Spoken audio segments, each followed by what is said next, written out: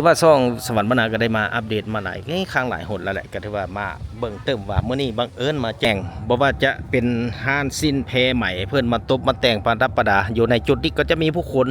ที่จริงแล้วทาสหลวงเวียงจันทร์ในตอนข้าพเจ้ายังบ่ทันได้ลงมานครหลวงเวียงจันทร์ท่านความรู้สึกอยากมาเห็นได้ทาสหลวงแบบซี่แหละ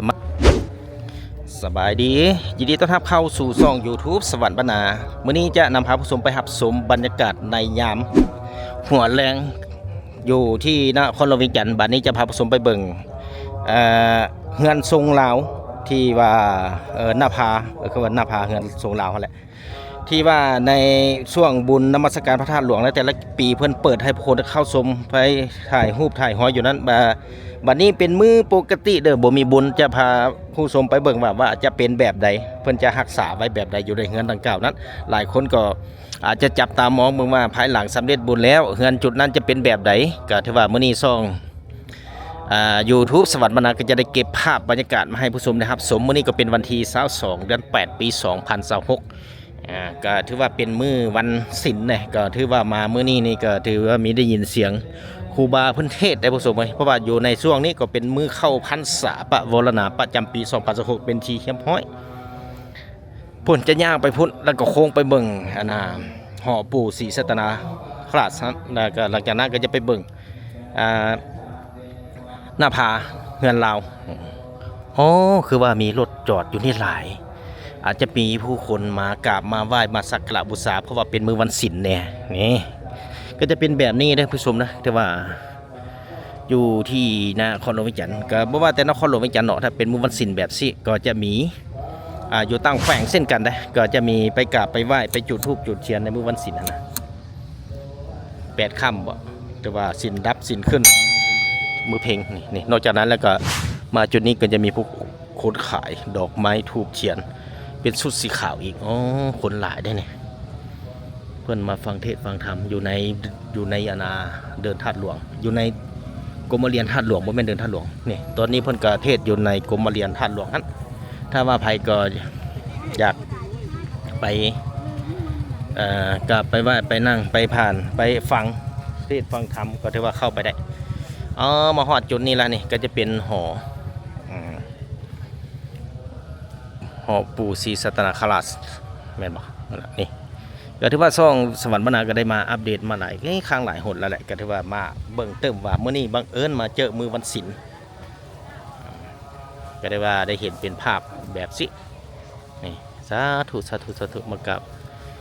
มาไหว้แต่ว่าปกติเพิ่นปิดแต่มื้อนี้บ่ทันปิดสังเกตเห็นป่ะเพิ่นยังเปิดประตูให้บุคคลเข้าไปกราบไปไหว้อยู่ในนี้ได้บัดนี้ก็จะ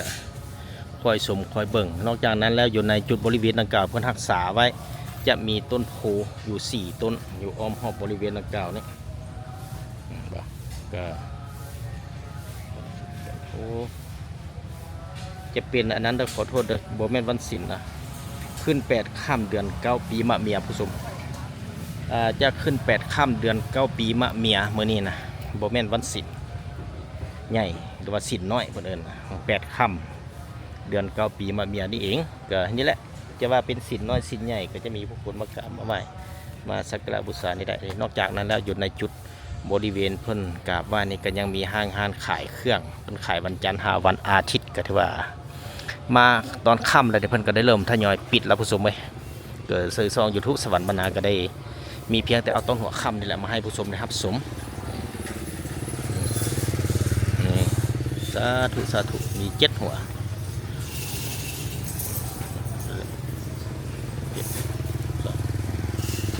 บางคนก็มากราบมาไหว้มาปล่อยนกปล่อยหนู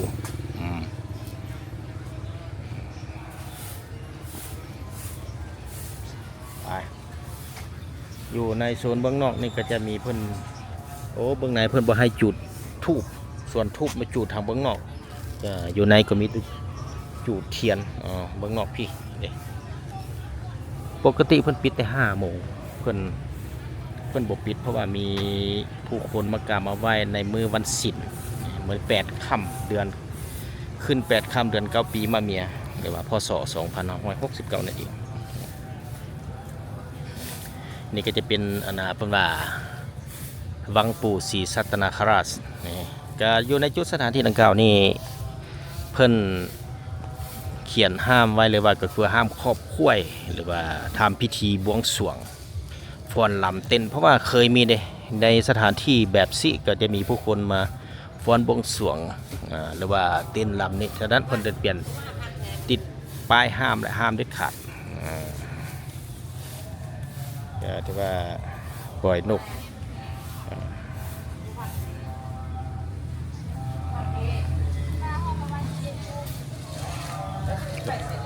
จอก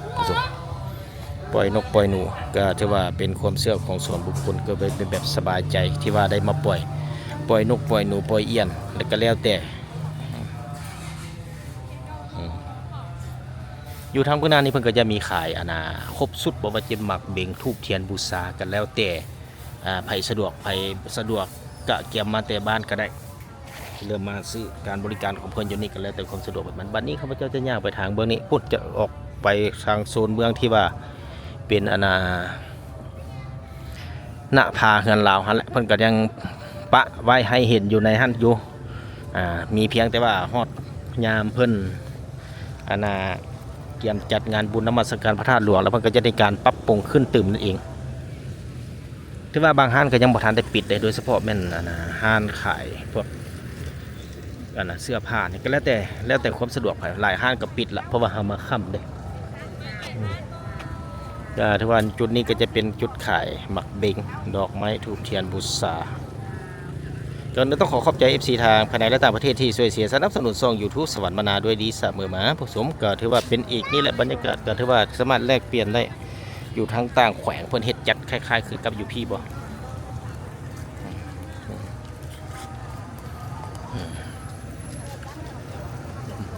ว่าไปเบิ่งจะว่าเข้าในนี่ทรงขาสั้นเพิ่นน่าจะบ่ให้เข้าบ่ก็ข้าพเจ้าก็นุ่งทรงขาสั้นมาดิ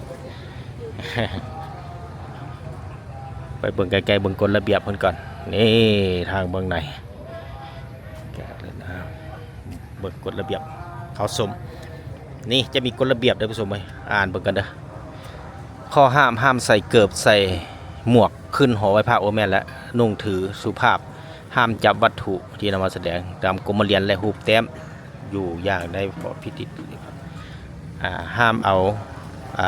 นำเอาอาหารการกินและสิ่งเครื่องดื่มเข้ามาในเขตบริเวณพิพิธภัณฑ์ห้ามเพศชายนุ่งสิ้นในบ่ห้ามเพศชายนุ่งสิ้นเข้าภายในกรมเรียนเพศหญิงต้องนุ่งสิ้นก่อนเข้าภายในกรมเรียนพระธาตุหลวงห้ามเพศหญิงนั่งเสลี่ยงเข้าภายในกรมเรียนท่าหลวงห้ามเอาสัตว์เลี้ยงเข้าในบริเวณพิพิธภัณฑ์ท่าหลวงห้ามปีนขึ้นชั้น2และชั้น3ขององค์พระหลวงได้ขาดนี่ห้ามเต้นห้ามโดดอื่นพิเศษกว่านั้นห้ามใส่เครื่องบินบังคับหรือว่ายนต์น้อยโดรนนั่นแหละอยู่ในขอบที่เพิ่นห้ามอยู่แล้วระเบียบแบบที่เพิ่นห้ามอยู่แล้วผสมไหม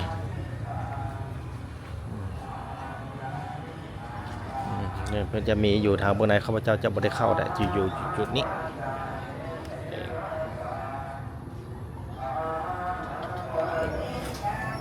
ก็ถือว่าที่จริงแล้วในมือบุญนมัสการพระธาตุหลวงท่านก็จะมีผู้คนเวียนเทียนอ้อมหอบนี่แหละ3 หอบจุดธูปจุดเทียนอ้อมหอบในมือสุดท้ายบุญนมัสการพระธาตุหลวงในช่วงพุ่นแหละเดือน11พุ่นแหละจึงจะมาพบงานบุญก็ถือว่าเอาแต่ภาพเบิ้งออกแบบสิวันนี้ข้าพเจ้าจะย่างไปขอบเขตณผาเฮือนลาวบาดเนี่ยไปขอบเขตณผาเฮือนลาวพุ่นว่าจะเป็นแบบใดไปเบิ่งเฮือนแต่ละประเภทก็ถือว่าทุกปีใกล้จะฮอดในมือบุญเพิ่นก็จะได้มีการปรับปรุงเพื่อให้ห้างต่างๆมาเช่ามาขายเครื่องทางเช่าทางให้เช่านุ่งและทางขายพุทธย่างออกหัวละโคงกับก็ถือว่าช่องสวรรค์บรรณาก็บ่ได้มาทางนี้ด้นแล้วผสมให้ก็ถือว่าเป็นการอัปเดตมาถึงจังหวะขึ้น8 ค่ำเดือน9พศ2569มาแต่ละเทื่อหันจะบ่ได้คึกคืนบัดนี้เพราะว่าบ่ได้มีงานอย่างใดก็มาเป็นแบบมิดๆก็เลยว่ามาถึงช่วงจังหวะบ่ว่าแต่8 ค่ำไปเป็นสินดับ 14 ค่ำสิก็ถือว่ามาก็คล้ายๆคือกันผู้ชมไหมก็ถือว่าคนก็จะหลายแบบสิ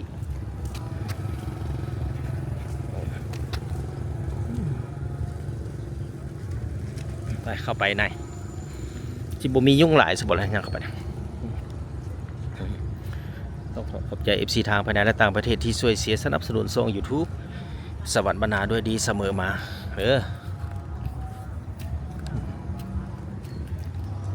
เข้าไปได้ปะ นี่มาจุดนี้จะเป็นเฮือนเริ่มจากนี่ผู้ชมปีเฮือนคือว่าเป็นหน้าผาเฮือนลาวอ๋อก็ต้องได้เห็นว่าเป็นอันนี้ผู้ชมไหมว่ามือบุญนะเขาเจ้ามาอนามัยนะก็จะตบแต่งบอกว่าจะเป็นห้านสิ้นแพใหม่เพื่อนมาตบมาแต่งประดับประดาอยู่ในจุดนี้ก็จะมีผู้คนที่ได้มาเที่ยวในบุญท่านก็จะหลายมาถ่ายรูปอยู่ในแห่งนี้แต่ละจุดเนี่ยโดยเฉพาะเป็นบริเวณเนี่ยเพื่อนก็จะได้ติดดอกไฟหุ่งสันเทือนเลยเนี่ยดอกไฟเพื่อนก็ยังติดอยู่ยังบ่ได้กู้บางช่วงบางตอนเพื่อนก็บ่ได้กู้ก็ถือว่าในแต่ละมือก็มีผู้ประจำอนามัยก็ถือว่าเฮ็ดให้จุดดังกล่าวนี้ยังสะอาดเห็นปะแต่ว่าข้าพเจ้าจะบุกขึ้นไปถึงเป็นมืดๆแต่ข้าพเจ้าบุกกล้าขึ้นได้มาแบบค่ำๆแบบสิเมื่อนี้ก็วันที่2 เดือน 8 ปี 2026ก็ถือว่ามาค่ำๆบ่ได้มาต้นสวยขาเวียกก็เลยบ่ได้มาเอาเป็นแต่ภาพแบบสิแหละในแต่ละจุดนี่ก็ที่จริงแล้วเฮือนทรงแต่ละทรงนี่เพิ่นก็จะเขียนชื่อใส่แต่บ่เห็นชื่อเด็กก็เลยว่าขอโทษด้วยไผฮู้ก็แสดงความคิดเห็นมาเงินแต่ละเผ่านะไปอย่างไปเรื่อยๆนี่จุดนี้เป็นตูบเป็นจุดนี้ส่วนหลายเพิ่นวางแสดงขันเป็นเป็นขันต่างๆอยู่ในจุดนี้ในมือนั้นนี่งานแต่ละทรงณภาเฮือนลาวโอ้คนไต่ไฟแล้วจ้ะพุ่น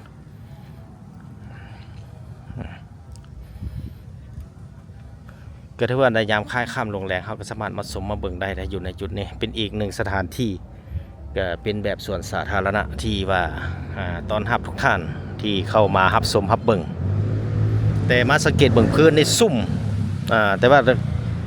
ต้องค่อยไปค่อยมานะไปแถวนี้นี่พระราชล่มแท้ยามฝนฟ้ามันซุ่มเกิดเป็นไข้ขึ้นเลยป่ะนี่เงินหลังนี้จื้อเงินหลังนี้เฮือนผูกหักแฮกเสี่ยวเพิ่นว่าก็ถือว่าเป็นเฮือนผูกหักแฮกเสี่ยวเพราะว่าปลายเพิ่นยังติดไว้หั่นเด้เพิ่นบ่ได้เอาออกถ้าว่าเอาออกเขาก็บ่ชื่อกันได้ผู้สูงมันก็ถือว่ามีเฮือนแต่ละหลังก็มีชื่อของเพิ่นหั่นแหละในจุดสร้างเบื้องนี้ก็จะเป็นเฮือนวางแสดงขายแกะสลักไม้ทูปประพันธ์ต่างๆอยู่ในจุดนี้ผู้สูงมั้ยก็ถือว่าเพิ่นก็ปิดแล้วแหละถ้าว่าอยากเห็นก็มายามกลางเว้นหรือว่ามื้อสวยเพิ่นก็จะเปิดให้แขกนักท่องเที่ยวเข้าไปชมไปเบิ่งได้ชมแล้วถ้าว่าสนใจต้องการซื้อบ่ก็อาจจะขายบ่ก็มีแต่สอบถามเพิ่นหรือว่าเป็นการวางแสดงโชว์ให้เห็นบ่เท่านี้อยากรู้รายละเอียดต้องสอบถามผู้ที่ประจำการอยู่นี่ผู้เพิ่นรักษาในส่วนตึกในส่วนเฮือนหลังนี้นี่ก็จะเป็นบ่อนที่เพิ่นไว้ของมีค่าว่าจะเป็นไหเงินไหทองบ่แม่นคำนะไหเงินไหทองสำเร็จจะมีพระพุทธรูปพระพุทธเจ้าที่อยู่นะฮะจะเป็นกระตาเป็นขันอยู่ในนั้นผสมก็ถือว่าไปรับสมในธรรมะเพิ่นเปิดอาจจะเป็นตอนกลางเว้นประมาณนี้แหละไปบัดนี้ก็จะย่างไปทางบริต่อก็ถือว่านี่จะเห็นยังมีป้ายที่ว่าเชิญเที่ยวณภาเฮือนลาวพศ 2568ก็ถือว่าในปี2025ที่ผ่านมานั่นเองพศ 2568อยู่ในนี้ต่อไปเพิ่นก็จะมีการประดับประดาขึ้นตื่มจะเป็นพศ 2569นั่นเองไปเดินทางต่อไปในส่วนที่เห็นโยฮันก็จะเป็นห้องการประธานศูนย์กลางองค์การพุทธศาสนาสัมพันธ์แห่งสปป.ลาวที่ว่าเพิ่นได้เปิดอย่างเป็นทางการในช่วงเดือน2026ที่ผ่านมาประมาณนี้แหละเพิ่นเปิดในช่วงนั้นผู้ชมก็ถือว่าห้องการจุดนี้ก็จะเป็นห้องการหนึ่งที่ว่าเป็นบ่อนประชุมขององค์การพุทธศาสนาสัมพันธ์แห่งสปป.ลาวนั่นเองเป็นบ่อน ประชุมของเพิ่นนี่จะเป็นสโมสรเป็นประชุมถ้าว่ามีเวียกประชุมทางองค์การนี่เพิ่นก็จะจัดอยู่ในแห่งนั้นเองอยู่นี่แหละบ้านธาตุหลวงเมืองไซเสถานครหลวงวิจันทร์บ้านธาตุหลวงเมืองไซเสถานครหลวงวิจันทร์วันนี้ข้าพเจ้าจะย่างอ้อมโค้งไปทางเบื้องนี้ซะโค้งกับทางเก่าเลยผมว่า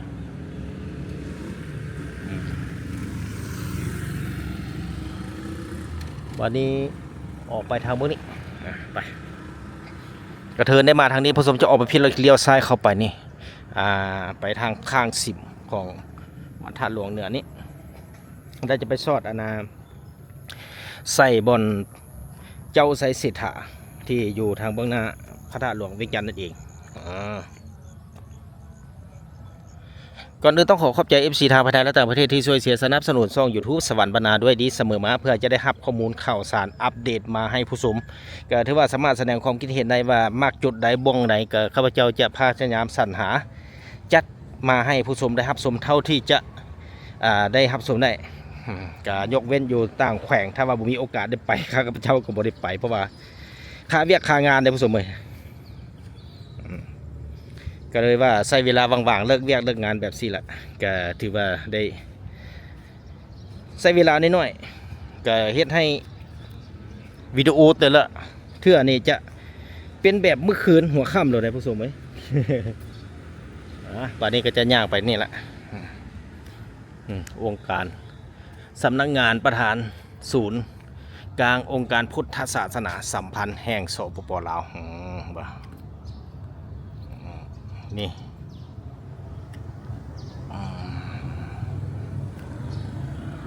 รุดไปเดินทางต่อไปบาดเนี่ย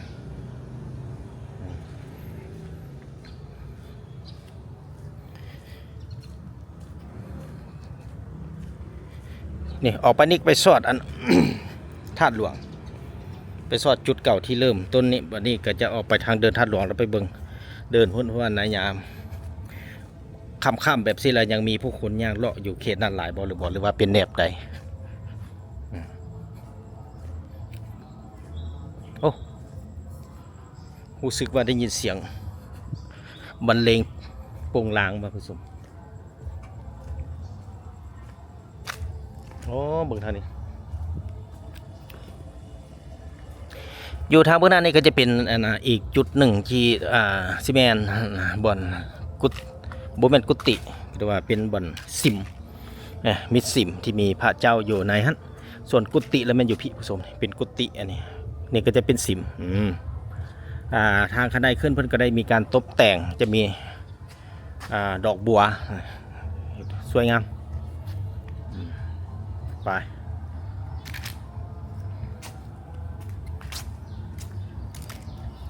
ออกไปจุดนี้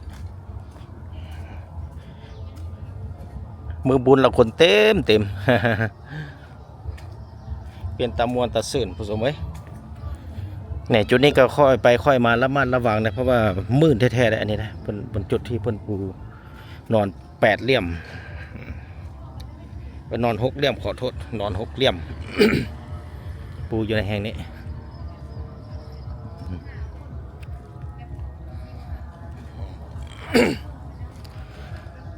ก็ถือว่ามีแขกนักท่องเที่ยวก็เริ่มทยอยกับผลที่พักหลายละว่าตอนนี้มันก็ค่ำแล้วเด้ตอนนี้ก็เวลาเกือบ19 โมงของวันที่22 เดือน 8 ปี 2026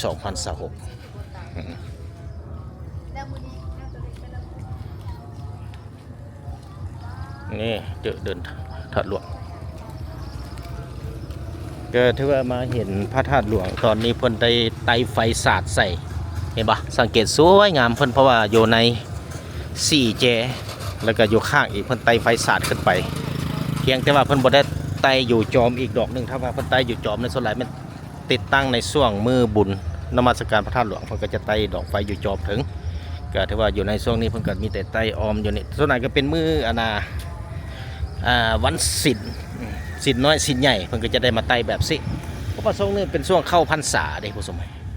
ก็จะมีครูพาพระสงฆ์สามเณรที่คือว่าต้องได้จำศีล จะเดินทางไปใส่ก็แล้วแต่ในตอนหัวค่ำก็ต้องได้กลับมานอนอยู่ที่เดิมเลยผู้ชมเอ้ยที่ว่ายกเว้นกรณีเหตุสุดวิสัยเกิดขึ้นที่จริงแล้วในช่วง3 เดือนนี่บ่จำเป็นก็บ่ต้องไปใส่อะไรอยู่จำศีลอยู่วัดนั่นแหละจึงจะถูกตามหลักสูงเพื่อนเองบ่บัดนี้จะย่างไปทางเบื้องนี้เจ้าไซเสถาแล้วก็จะโค้งเดินทางกลับบ้าน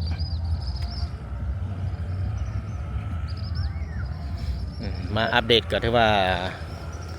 สวยงามนะผู้ชมเอ้ยย่างไปย่างมาข้าพเจ้าย่างเลาะอ้อมวนไปเวียนมาอยู่นี่ก็เกือบได้2 กิโลเมตรแล้วนี่มาเบิ่งนี่ ย่างไปนำเบิ่งไปนำชมไปนำอีกหนึ่งบรรยากาศที่ส่องสวรรค์บรรณาก็เคยได้มาอัปเดตมาแต่ละครั้งแต่ละเทื่อนี่แหละก็คือเห็นอยู่ในนี่แหละวนไปเวียนมาอยู่ในนครหลวงเวียงจันทร์บางครั้งก็ตั้งแขวงถ้ามีเวลาไปก็ถือว่าเจ้าไซเสถานี่ฮอดมือเพ่งเดือน11เพ่งเป็นมือสุดท้ายหรือว่าคืนสุดท้ายในงานบุญนมัสการพระธาตุหลวงเฮามายืนอยู่จุดนี้ก็จะเห็นเดือนเต็มจะซึ่งกับนี่เลยนี่แนมเข้าไปเนาะจะเห็นเดือนบางถ่ายรูปซึ่งกับธาตุแล้วก็หมวกของเจ้าไซเสถานี่เอง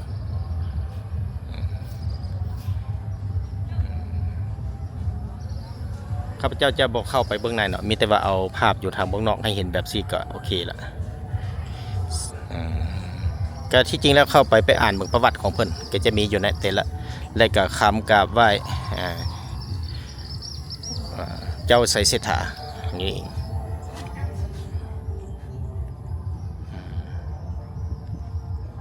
ไปหรือว่าเข้าไปเบื้องในก็ได้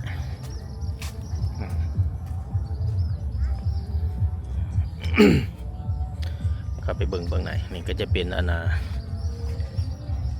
เมืองเป็นพระคาถาบุษาสังเกตบ้างเห็นปะ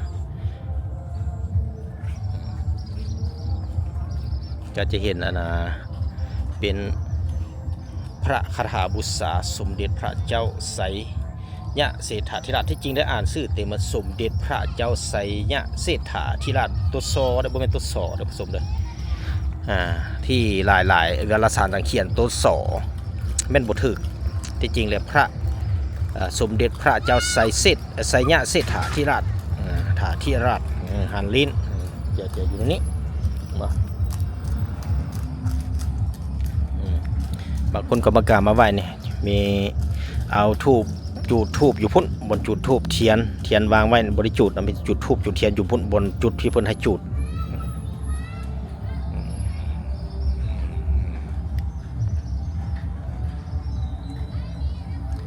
สมเด็จพระเจ้าไสยะเศรษฐาธิราช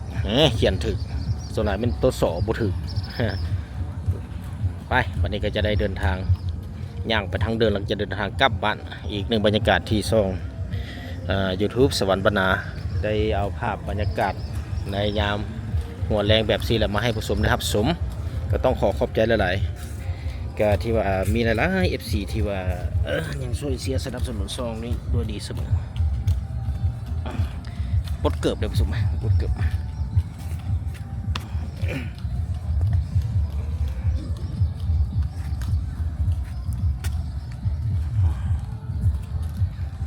เข้ามาต้องปดเกือบผู้หญิงต้องนุ่งสิ้นจะว่าเป็นกฎระเบียบว่าเป็นฐานะที่ว่าเขานับถือเนี่ยเขานับถือก็ต้องถือแบบนั้นเอาต้องว่ามันก็ได้บ่หรือบ่ที่ว่านุ่งถือแบบบุสุภาพมามันก็บ่งามบ่จบบ่งามอะไรที่ว่าเขามากราบมาไหว้สิ่งที่เขาอธิษฐานนะบ่ว่าแต่อยู่ใสอยู่วัดอยู่จุดใดผู้ชมก็มีแต่ว่าต้องถือถ้าบ่ถือแล้วก็ถือว่ามันก็บ่เป็นแบบจิตใจเลื่อมศรัทธาที่เขาเฮ็ดบุญนะ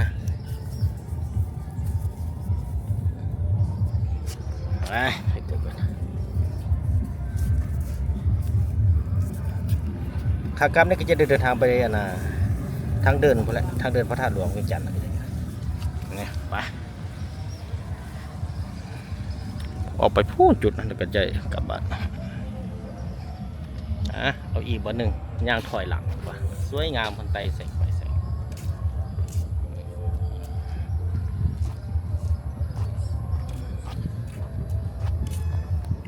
สวยงามยามกลางคืนหัวแรง ที่จริงแล้วถาดหลวงเวียงจันทน์ในตอนข้าพเจ้ายังบ่ทันได้ลงมานครหลวงเวียงจันทน์ท่านความรู้สึกอยากมาเห็นได้ถาดหลวงในแบบซี่แหละมาเห็นเพราะว่าเห็นแต่รูปจะมีต้นพร้าวเจ้าใส่สิทธาพระเจ้าไสยเศรษฐาธิราชนี่อยู่นี่เห็นแต่รูปอยากมาบัดนี้ก็ถือว่าได้มาเห็นตัวจริงละอยู่นี่ในตัวจริงละแต่เพราะว่าข้าพเจ้าก็ได้ลงมาในที่นครหลวงเวียงจันทน์นี่ก็27 ปีแล้วเด้ถือว่ามาสมัยนั้นเนี่ยอยู่อันพื้นนี่บ่ได้เป็นแนวนี้เด้ผู้ชมตามที่ชื่อบุพิษเพิ่นสร้างในช่วงปี2004 2005บ่เกือบ20 ปีแล้วแหละนี่เมื่อก่อนท่านพอจื่อได้ว่าเป็นแบบทางยางเนาะออกไปนี่เป็นแบบทางยางก็จะบอกเป็นทางยางแหละอันนี้เพิ่นมาปรับปรุงใหม่มาปูนอน8 เหลี่ยมนี้เห็นบ่แต่ตอนนั้นท่านบ่ได้มีกล้องถ่ายรูปบ่ได้มีวิดีโอบันทึกมาให้ผู้ชมได้รับชมก็ต้องถือว่าสามารถไปเสิร์ชค้นเบิ่งอยู่ในรูปเมื่อก่อนได้ในแต่ละระยะนะก็สิโดยรวมก็สิเป็นประมาณนั้นแหละ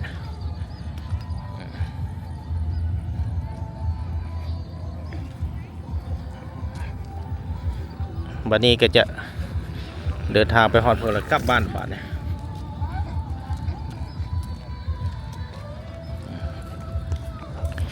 ก็คือว่าจุดนี้แหละผู้ชมในฮอดมือเพื่อนแห่พระศาสตร์เพิ่งในช่วงบุญนมัสการพระธาตุหลวงที่เพิ่นเริ่มมาจากพุ่นวัดสีเมืองวัดสีเมืองแล้วก็มาพี่จนมาฮอดธาตุหลวงที่ว่าติดตามตอนที่แล้วนี่ช่องวิธีเราทั่วไปก็เคยได้อัปเดตแล้วแหละอยู่ในวัดสีเมืองฮันที่ว่าจุดนั้นเป็นแบบไหนซึ่งเป็นจุดเริ่มต้นในขบวนแห่พระศาสตร์เพิ่งแต่พุ่นจนมาฮอดพี่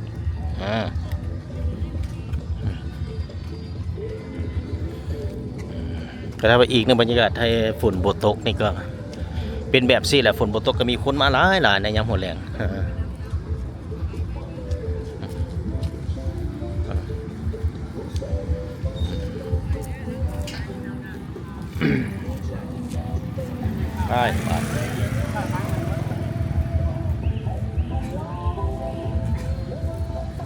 ตอนนี้ข้าพเจ้าได้ย่างมาฮอดขอบเขตบริเวณเดินพระธาตุหลวงเวียงจันทน์เป็นทีเฮียบห้อยนี่ก็ถือว่าได้เลาะไก่พอสมควร